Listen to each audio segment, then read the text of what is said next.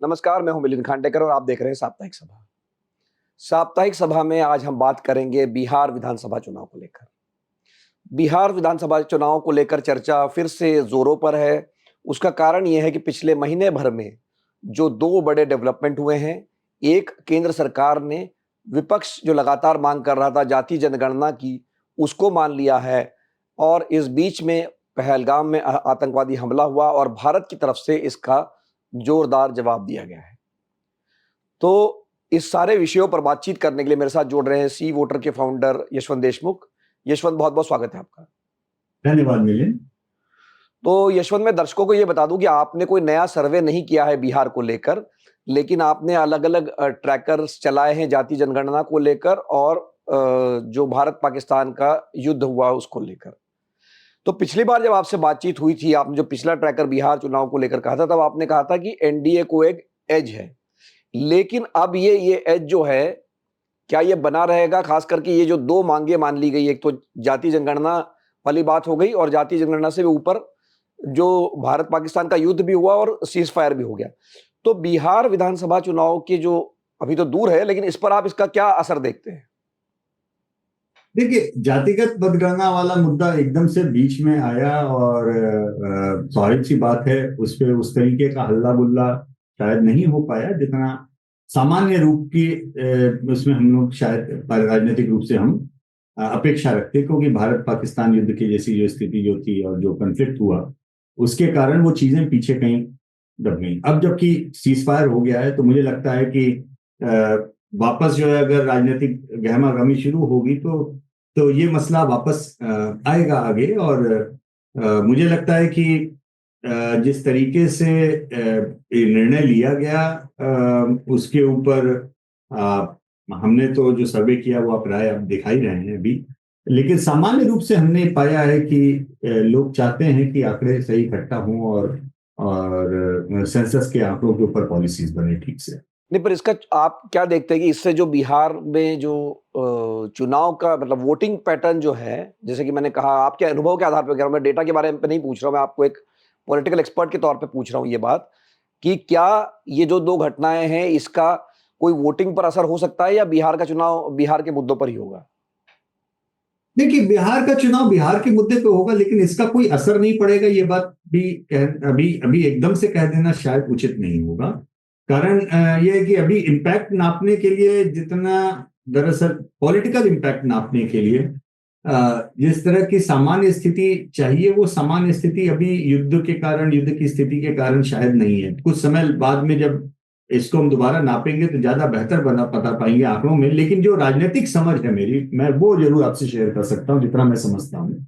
देखिए, जातिगत जनगणना के ऊपर ओबीसी वोट को दिमाग में रखते हुए सबसे ज्यादा खेल किया गया था, जो जो राजनीतिक खेल हुआ था। और बिहार में नॉन यादव ओबीसी के बीच में वो पॉजिटिवली लिया जाएगा, लेकिन बिहार में जो अगड़ी जाति के मतदाता हैं उनके बीच में ये बहुत ज्यादा पॉजिटिवली नहीं लिया जाएगा। अब सवाल ये है कि वो अगड़ी जाति के जो मतदाता अगर इसमें नाराज भी होते हैं तो क्या वो भाजपा को छोड़ करके एनडीए को छोड़कर आरजेडी की ओर चले जाएंगे?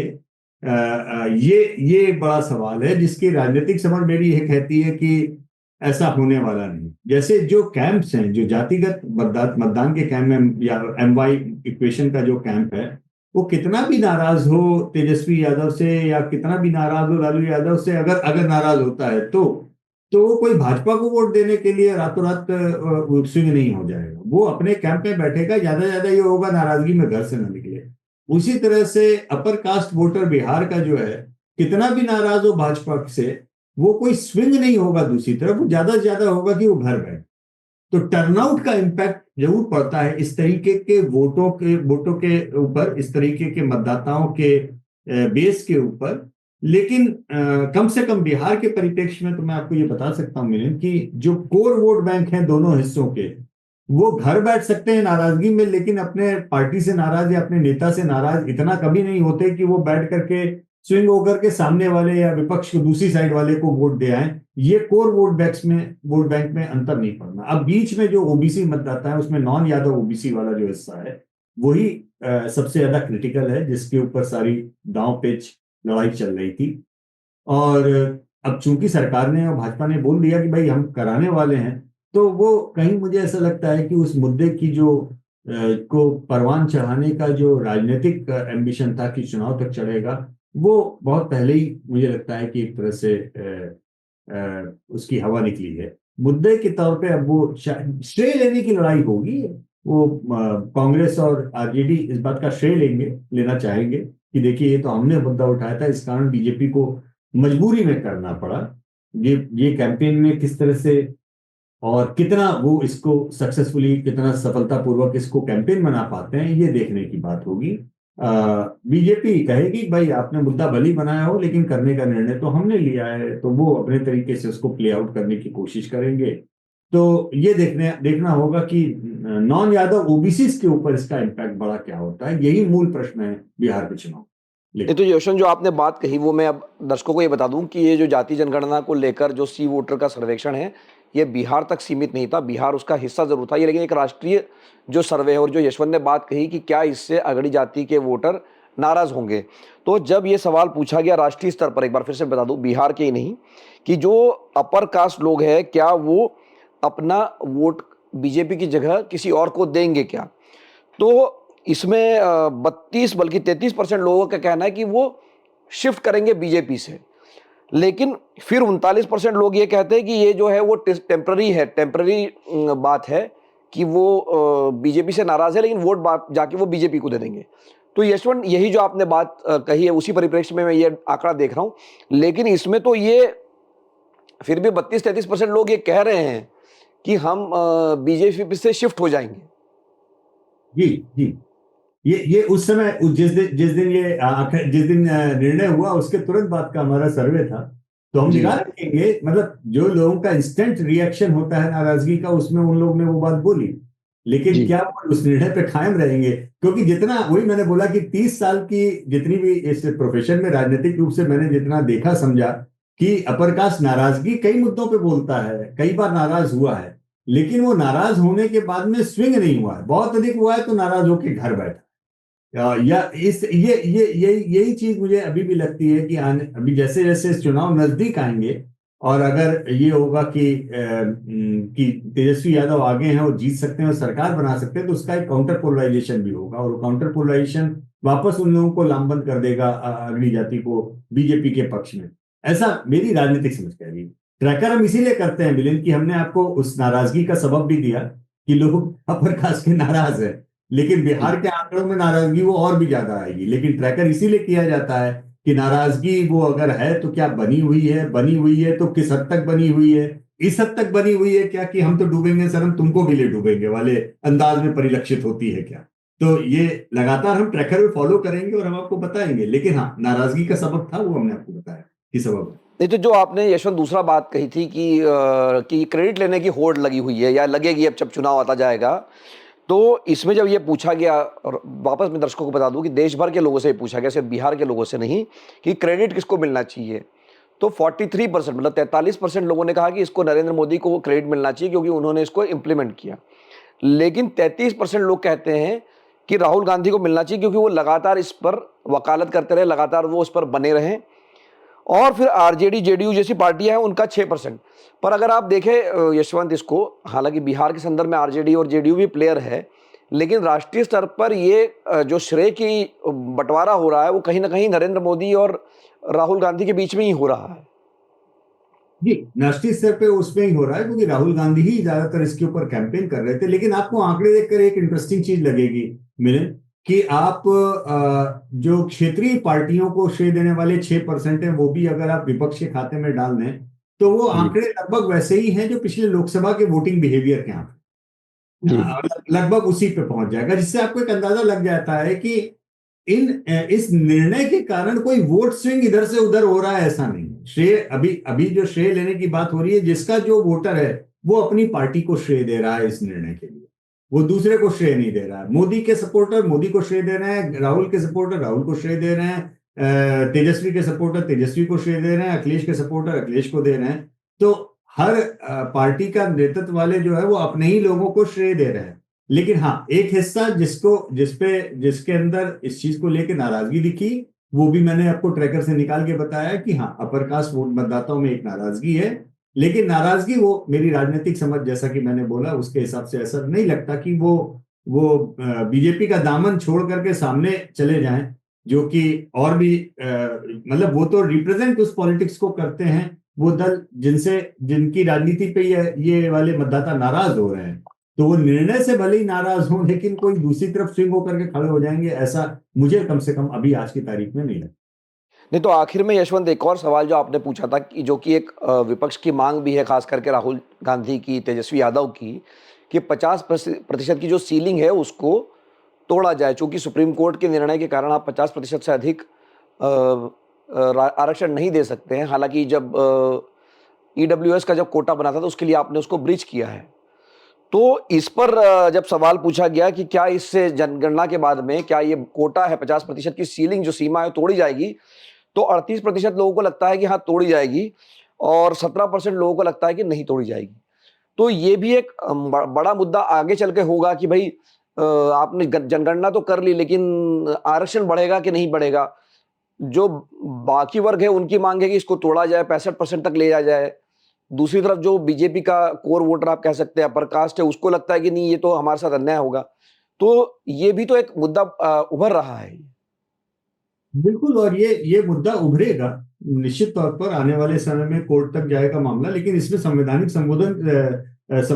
संशोधन की आवश्यकता होगी अगर ये करना है, क्योंकि सुप्रीम कोर्ट हर बार इसके ऊपर जो निर्णय उल्टा देता है वो इसीलिए देता है क्योंकि सुप्रीम कोर्ट कहता है कि ये संविधान में लिखा ही नहीं है, संविधान के हिसाब से 50% से ज्यादा हो ही नहीं सकता आरक्षण।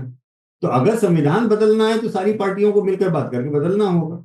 अगर उस राजनीति की ओर देश बढ़ता है तो तब का तब रिएक्शन क्या होगा तब देखेंगे। और उसको काउंटर करने के लिए इकोनॉमिकल वीकर सेक्शन वाला वो उस तरीके, देखिए ये कभी कभी मुझे ये भी लगता है कि आरक्षण का मुद्दा क्या वास्तव में अब नौकरियों का मुद्दा रह गया है? नौकरियां हैं कहाँ सरकारी जिसके लिए आरक्षण में हम और आप या कोई और लड़े? नौकरियां हैं कहाँ? मुझे लगता है कि ये आइडेंटिटी का मुद्दा ज्यादा है, आइडेंटिटी की पॉलिटिक्स ज्यादा है। लोगों को अपने आप को दर्ज कराना एक तरह से कि हाँ हम हैं, वो एक मुद्दा ज्यादा है। मुझे लगता नहीं कि उसके अंदर इस तरीके की कोई बहुत ज्यादा प्रैक्टिकली, मानिए 50% आरक्षण हो भी गया तो नौकरी कौन सी है, कहाँ पे है सरकारी नौकरी जहां पे 50% आरक्षण लेकर के किसी को नौकरी मिली जा रही है? तो ये विचित्र स्थिति है मिलिंद। हाँ, ये जरूर है कि अगर ये मुद्दा स्पाइरल अप होकर के प्राइवेट सेक्टर में भी आरक्षण वगैरह की तरफ गया तो मुझे लगता है कि वो खतरे का संकेत होगा, क्योंकि देखिए अफर्मेटिव एक्शन, आरक्षण ये जितना इस देश में आवश्यक है, जो जो हमारे यहाँ के पिछड़े तबके थे, दलित तबके और आदिवासी तबके, उनको इतने सालों के जो उनके जो उनके साथ बर्ताव किया गया जिसके कारण वो पीछे रह गए, उससे बाहर निकलने के लिए अफर्मेटिव एक्शन आवश्यक था। इसीलिए हमारे यहाँ के संविधान निर्माताओं ने उसको इंट्रोड्यूस किया था और इसीलिए आज तक हमारे यहाँ पे वो चल रहा है। अब उसके क्रीमी लेयर कैसा था, कितना निकला, ये बहस अलग विषय है, अब उस पर नहीं जाना चाहते। लेकिन अफर्मेटिव एक्शन दुनिया के सभी अच्छे बड़े लोकतांत्रिक देशों का एक हिस्सा है, अहम हिस्सा है। लेकिन साथ में मेरिटोक्रेसी, यानी जो टैलेंट है, जो डिजर्व करता है व्यक्ति, उसको भी उसके साथ अन्याय न हो, ये भी उतना ही बड़ा हिस्सा है। ये साइकिल के दो ऐसे पहिए हैं जिसके ऊपर इस लोकतंत्र को साध के आगे चलना है। तो मुझे लगता है कि आने वाले समय में हम ये टसल देखेंगे और इसमें से कोई भी एक पहिया बड़ा, और मेरिटोक्रेसी और अफर्मेटिव एक्शन, इन दोनों में से कोई एक पहिया बड़ा और एक पहिया छोटा हुआ तो साइकिल का मामला गड़बड़ाएगा, समाज में भी और सरकार में भी, दोनों में। तो आने वाले समय में इस आरक्षण की फाइंडिंग के ऊपर राजनीति कैसे होती है ये बहुत दीगर होगी, ध्यान रखने लायक होगी और हमें ध्यान से उसको नापना भी पड़ेगा। लेकिन जहां तक अंकों का सवाल है, अंकगणित का सवाल है, जहां तक जनगणना का सवाल है, मुझे व्यक्तिगत रूप से मिलिंद, मेरा मानना यह है कि अगर आप अफर्मेटिव एक्शन रख रहे हैं तो कम से कम आंकड़े आपके पास में सही और उचित होने चाहिए। हवाई आंकड़ों के ऊपर आप सरकारी पॉलिसीज नहीं बना सकते। तो सरकार, या तो आप आरक्षण समाप्त करने की घोषणा कीजिए, और नहीं, और आपको आरक्षण की व्यवस्था रखनी है तो कम से कम उसके आंकड़े जुटाइए और सही आंकड़ों के ऊपर सही पॉलिसी बनाइए। हवाई आंकड़ों के ऊपर हवाई पॉलिसीज बनेगी। इसलिए व्यक्तिगत रूप से मैं जातिगत जनगणना के समर्थन में हूं, क्योंकि अच्छी पॉलिसी बनाने के लिए आंकड़ों का सही होना बहुत आवश्यक है। बहुत बहुत धन्यवाद इस बातचीत के लिए यशवंत। तो हमारे साथ जुड़े थे यशवंत देशमुख, सी वोटर के फाउंडर। हमने यशवंत से बात की बिहार चुनाव पर, जो दो घटनाएं हाल के दिनों में हुई है, दो बड़ी घटनाएं हुई है जिसको हम लंबे समय तक याद रखेंगे। एक तो जाति जनगणना करने का फैसला, और दूसरा भारत और पाकिस्तान के बीच में जो लड़ाई हुई है। ये भले ही ये अवधि छोटी है, लेकिन ये फैसले दो जो एक्शंस है, ये बहुत बड़े एक्शंस हैं। और यशवंत का ये कहना है कि बिहार चुनाव पर इसका क्या परिणाम होगा, इसके लिए अभी थोड़ा हमको इंतजार करना पड़ेगा। लेकिन जाति जनगणना से बीजेपी का जो एक वोटर है उसमें थोड़ी नाराजगी है, लेकिन क्या वो नाराजगी आरजेडी की तरफ वोट डालने जाएगी, ये कहना मुश्किल है। एक बार फिर से साप्ताहिक सभा का ये एपिसोड देखने के लिए आपका बहुत बहुत धन्यवाद। नमस्कार।